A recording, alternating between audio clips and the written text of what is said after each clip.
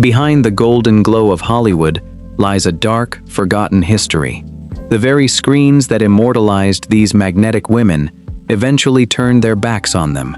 Beyond the dazzling premieres, secret sewing circles, and strict morality codes, these 10 queer screen icons gave everything to cinema, only to die in tragic, heartbreaking poverty. 1. Alla Nazimova. She was the grand godmother of queer Hollywood, the undisputed Broadway queen who coined the term sewing circle. Yet, the silent film icon who once owned a sprawling estate ended her life relying on the charity of friends, living in a tiny rented room on her former property. Born Mirem Ida Leventhal in Yalta, Crimea, Alla Nazimova overcame a turbulent childhood to study theater under Konstantin Stanislavski. Moving to New York, she quickly captured Broadway's imagination with her intense, avant-garde performances before transitioning to Hollywood during the silent film boom. Openly lesbian in her private life, Nazimova became an unstoppable cultural force, using her fame to organize underground social networks for queer women in the entertainment industry, famously referring to them as sewing circles. At the height of her success, she earned thousands of dollars per week and purchased a lavish mansion on Sunset Boulevard that became a haven for queer artists and intellectuals. However, Nazimova desired total artistic independence. She poured her fortune into producing daring, sexually fluid art films, most notably the 1922 adaptation of Salome. While admired by artistic circles, the film was a commercial disaster that devastated her finances. To survive, Nazimova was forced to sell her beloved estate, which was later transformed into the famous Garden of Allah Hotel. As Hollywood embraced talking pictures and stricter censorship, her radical artistic style fell out of favor. Battling breast cancer and overwhelming financial hardship, she spent her final years living as a paying tenant in a converted garage apartment on the grounds of the hotel she once owned.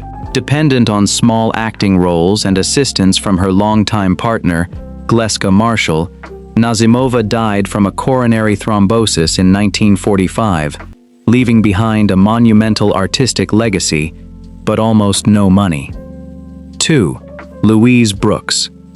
With her trademark flapper bob and fierce defiance, she captivated world cinema in Pandora's box. Yet, when she dared to challenge Hollywood studio moguls, they erased her from the industry, forcing one of cinema's greatest screen sirens into decades of isolation, poverty, and survival jobs. Louise Brooks began her career as a dancer with the Denishan School and later joined the Ziegfeld Follies before becoming one of silent cinema's brightest stars. Openly bisexual among close friends, Brooks rejected Hollywood's rigid expectations and pursued relationships with both men and women. Her reputation became legendary after starring in G.W. Pabst's masterpieces Pandora's Box and Diary of a Lost Girl, performances that revolutionized screen acting. But her refusal to return to Paramount Pictures to record dialogue for an early sound film release led the studio to blacklist her.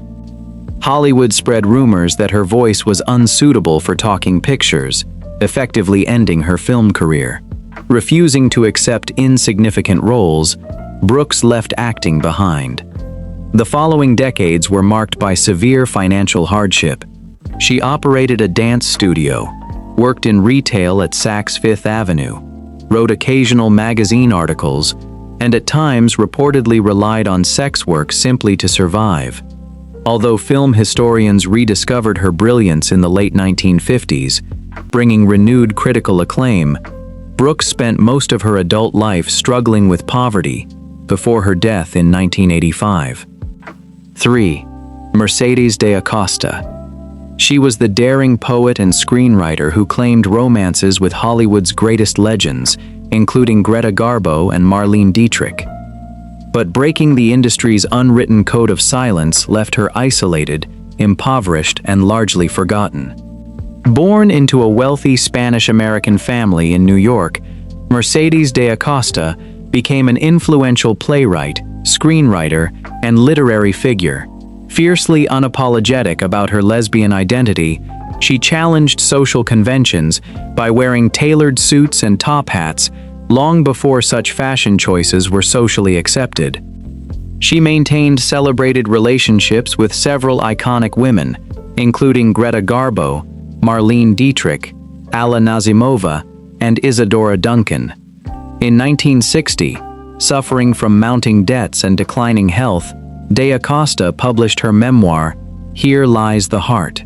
Its revelations about famous relationships caused outrage among former friends and lovers, many of whom permanently distanced themselves from her.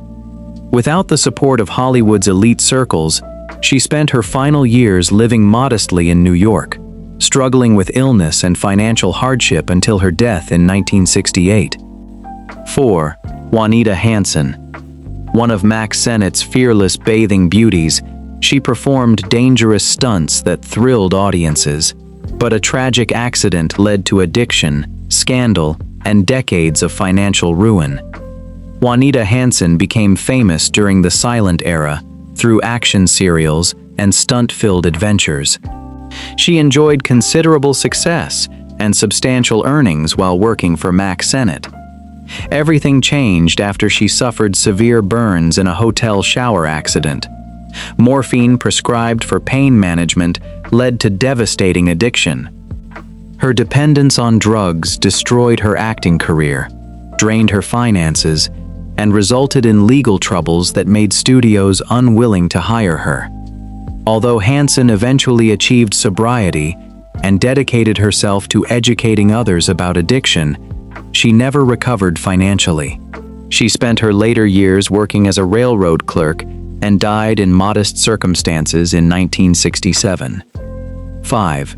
Lillian Tashman. Hollywood's queen of glamour, dazzled audiences with luxury, wit, and flawless fashion.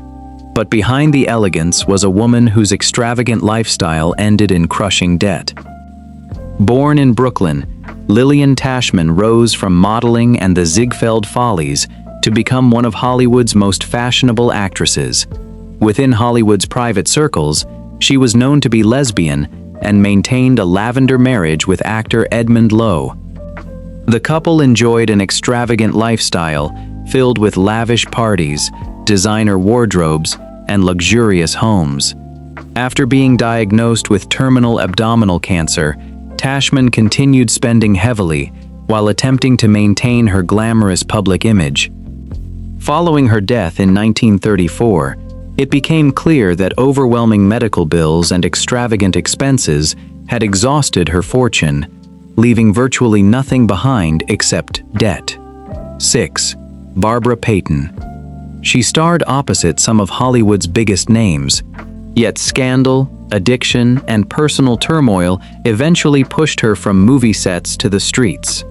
Barbara Payton emerged as a rising Hollywood star during the late 1940s and early 1950s.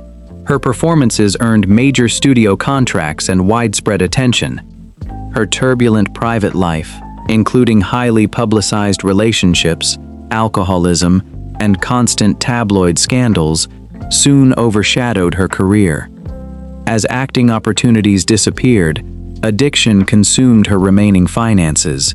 She reportedly turned to sex work while battling alcoholism and homelessness. By the time of her death in 1967, Payton had lost both her career and her fortune, spending her final days living modestly with family. 7. Gia Karangi. The world's first true supermodel changed fashion forever. Yet addiction destroyed her career, leaving her dependent on public assistance before her tragic death at just 26.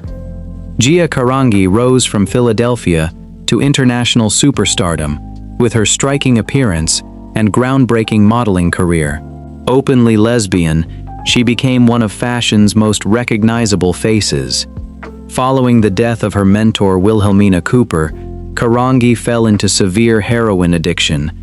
Her career rapidly collapsed as agencies and clients stopped hiring her.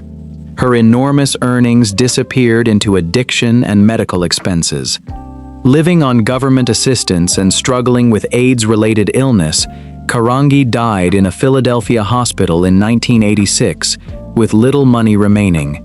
8. Maria Schneider. An overnight international sensation at 19, she became one of the defining faces of 1970s cinema. But trauma, exploitation, and financial hardship shaped the rest of her life. Maria Schneider achieved worldwide fame through Last Tango in Paris. She later revealed that aspects of filming left her emotionally traumatized. Openly bisexual and active in LGBTQ+ advocacy, Schneider rejected exploitative roles and frequently criticized the film industry.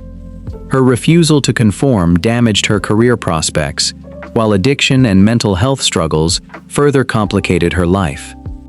Without significant royalties from her most famous work, Schneider spent much of her later life living modestly and receiving assistance from charitable organizations before dying of cancer in 2011. 9. Marisa Mell.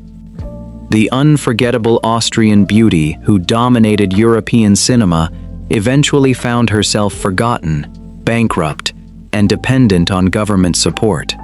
Marisa Mell became internationally famous through films such as Danger, Diabolik. Her striking beauty and charismatic performances made her one of Europe's biggest stars. Despite her success, poor financial decisions, exploitative contracts, and failed investments gradually consumed her fortune. As acting opportunities declined during the 1980s, Mell struggled to earn a stable income. Battling esophageal cancer, she spent her final years living in a small Vienna apartment supported by welfare and the generosity of friends before passing away in 1992. 10. Frances Farmer. One of Hollywood's brightest rebels, challenged authority at every turn. Her resistance ultimately cost her both her career and her fortune. Frances Farmer became a Paramount Pictures star during the 1930s through acclaimed performances that showcased her intelligence and emotional depth. Known for rejecting Hollywood's expectations, Farmer frequently clashed with studios and resisted publicity campaigns. After legal troubles and mental health crises, she was involuntarily committed to psychiatric institutions, where she spent years undergoing harsh treatments. When finally released, Farmer had lost nearly everything. She worked ordinary jobs, including hotel work, before later hosting a modest local television program. Although she experienced a small career revival, she never regained financial security. Frances Farmer died in 1970, with very little remaining of the wealth and fame she had once enjoyed. These 10 remarkable women devoted their lives to the screen, helping shape film history while often hiding their identities in an unforgiving era. Yet many experienced financial hardship, isolation, or neglect after the spotlight faded. Which of these stories affected you the most? Share your thoughts in the comments below.